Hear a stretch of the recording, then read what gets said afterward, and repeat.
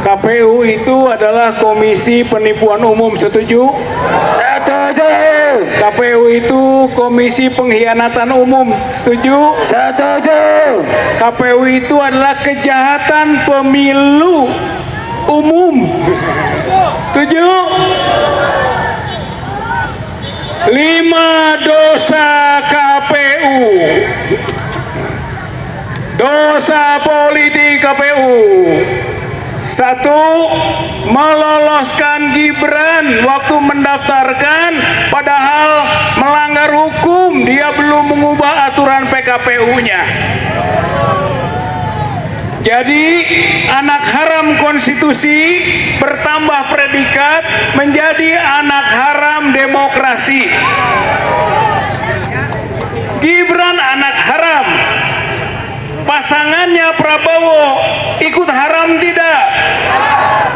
Jadi pasangan haram. Pasangan haram kalau dimenangkan haram tidak? Haram. Haram. Maka kita tolak Prabowo Gibran kalau ditetapkan sebagai pemenang presiden dan wakil presiden 2024. Kita tolak, setuju? Setuju. Itu yang ke-1 dosanya. Dosa kedua KPU menyembunyikan angka DPT 54 juta. Itu angka misterius. Bagaimana sebuah komisi pemilihan umum menyembunyikan data? Yang kemudian setelah itu terbukti antara Pileg dan Pilpres selisihnya 49,6 juta. Jadi DPT tadi menjadi bahan otak-atik angka. Betul. Ini kecurangan. Itu yang kedua. Yang ketiga, bahwa Sirekap yang jadi mesin untuk membuat angka-angkanya itu tidak bisa divalidasi. Bagaimana sebuah penghitungan tidak bisa divalidasi? Jadi seenaknya saja memasukkan angka. Kemudian juga Sirekap itu tidak memenuhi standar ISO 27001, standar keamanan informasi. Betul. Bagaimana sebuah mesin, sebuah alat, sebuah sistem yang tidak memenuhi standar keamanan? Ini modal kecurangan juga. Yang ketiga.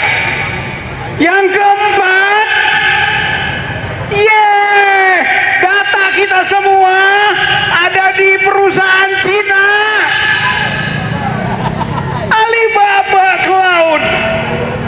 Ibu bapak, ini pengkhianatan, ini penipuan, ini penginjak-injakan kedaulatan negara, kedaulatan rakyat. Ini jalan untuk penjajahan bangsa oleh negara Cina. Saudara rela dijajah oleh Cina? Tidak. Tidak. Ini yang keempat. Yang kelima, tiba-tiba tayangan Sirekap hilang, ditutup. Itu pelanggaran menutup informasi publik. Betul. Jadi bapak-bapak, ibu-ibu sekalian, KPU ini adalah lembaga pendosa politik, penghancur demokrasi, serta penginjak-injak kedaulatan rakyat. Oleh karena itu setuju kalau dibubarkan? Setuju. Setuju kalau dibubarkan KPU? Setuju. Tidak berguna KPU ini. Justru KPU menjadi perusak bangsa, perusak rakyat, perusak negara. Konsekuensi berikutnya, Ketua KPU dan Komisioner KPU tangkap, Tangkap, adili, tangkap, adili. dipenjarakan. Kalau perlu digantung. Melanggar 5 undang-undang. Undang-undang PDP, perlindungan data pribadi, dilanggar saudara-saudara sekalian. Kedua, melanggar undang-undang ITE pasal 32, pasal 48, pidana itu mengotak-atik, mengubah-ubah angka, Betul. melanggar undang-undang ITE. Yang ketiga, melanggar undang-undang KIP, keterbukaan informasi publik. Undang-undang nomor 14 tahun 2008 pasal 2 ayat 1 dilanggar oleh KPU. Yang keempat, melanggar Undang-Undang 1 tahun 1946 pasal 14, 15, yaitu kebohongan Betul. yang menyebabkan kegaduhan. Ini lembaga bohong, saudara-saudara sekalian. Setuju. Awalnya tidak mengakui kerjasama dengan Alibaba Cloud, ujung-ujungnya ketahuan Malu nih. bahwa ini adalah kebohongan yang menyebabkan kegaduhan. Yang kelima, melanggar undang-undang KKN, karena dengan meloloskan Gibran maka berpartisipasi untuk nepotisme, jadi melanggar undang-undang KKN.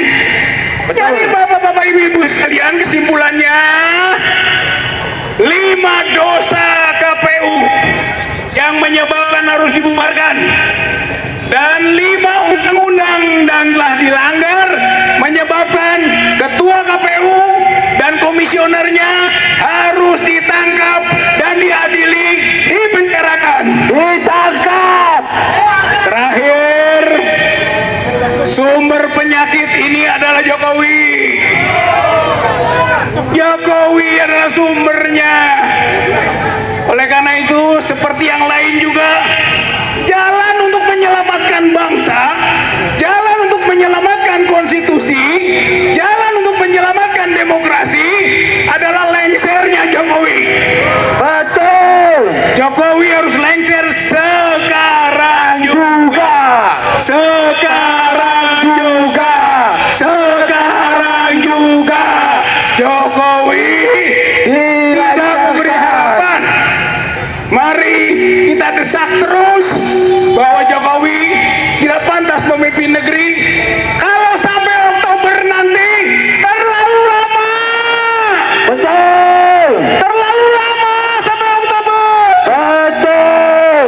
Terlampau cepat kita hancurkan. Oleh karena itu, ayo terus berjuang untuk memaksulkan, menurunkan, atau bahasa general menggulingkan Jokowi. Allahu Akbar. Allahu Akbar. Allahu Akbar. Allahu Akbar. Allahu Akbar. Allahu Akbar. Nasrun min Allah wa fathun qarib. Pertolongan dari Allah. Kemenangan sudah dekat.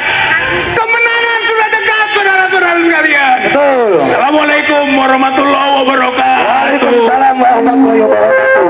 Ya, lanjut. Masih semangat semua? Masih semangat semua? Masih semangat semua? Teman-teman, hari ini kita datang ke kantor yang paling anjing dan paling bangsat di negeri ini, yang paling biadab, yang hanya menghamburkan uang negara ratusan triliun. Ratusan triliun hanya dibuang untuk menghasilkan pemilu yang paling barbar, pemilu yang paling bangsat, pemilu yang paling jahanam di negara ini. Ratusan triliun kalau dialokasikan ke sektor pendidikan, berapa banyak nih anak-anak kita, anak-anak bangsa yang bisa bersekolah, bukan dialokasikan untuk makan gratis jadi tai. Ini yang harus dilawan, kawan-kawan. masih segar dalam ingatan kita. 2019 lalu mereka mengumumkan tengah malam, ya, dan anjingnya yang mengumumkan itu malah ditangkap. Kan babi kayak gini. Itu pertama. Yang kedua, gara-gara kasus tuh di Kalimantan tuh kota komisioner KPU dipecat. Kalau nggak salah aku namanya Epi Ginting, itu dipecat. Terus kita harus terima pemilu yang paling bangsat ini. Hanya yang Jokowi lah di kepemimpinannya melahirkan pemilu paling bangsat dan paling jahanam di negara ini. Maka untuk itu kawan-kawan, sudahlah kita lupakan bicara pemilu, tapi sekarang kita fokus pada perjuangan untuk tumbangkan Jokowi dalam tempo yang sesingkat-singkatnya. Karena dengan menumbangkan Jokowi, demokrasi kita bisa diselamatkan. Karena Jokowi adalah pengkhianat demokrasi. Jokowi perusak demokrasi.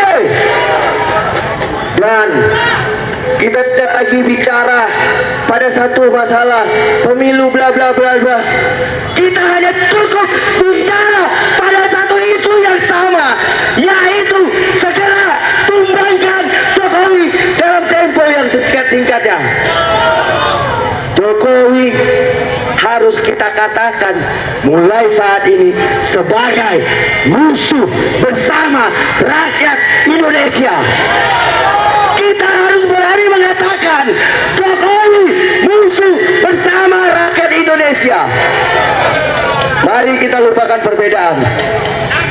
Kita tidak peduli siapapun yang menang, mau 01, mau 02, bahkan mau 03, kita nggak peduli.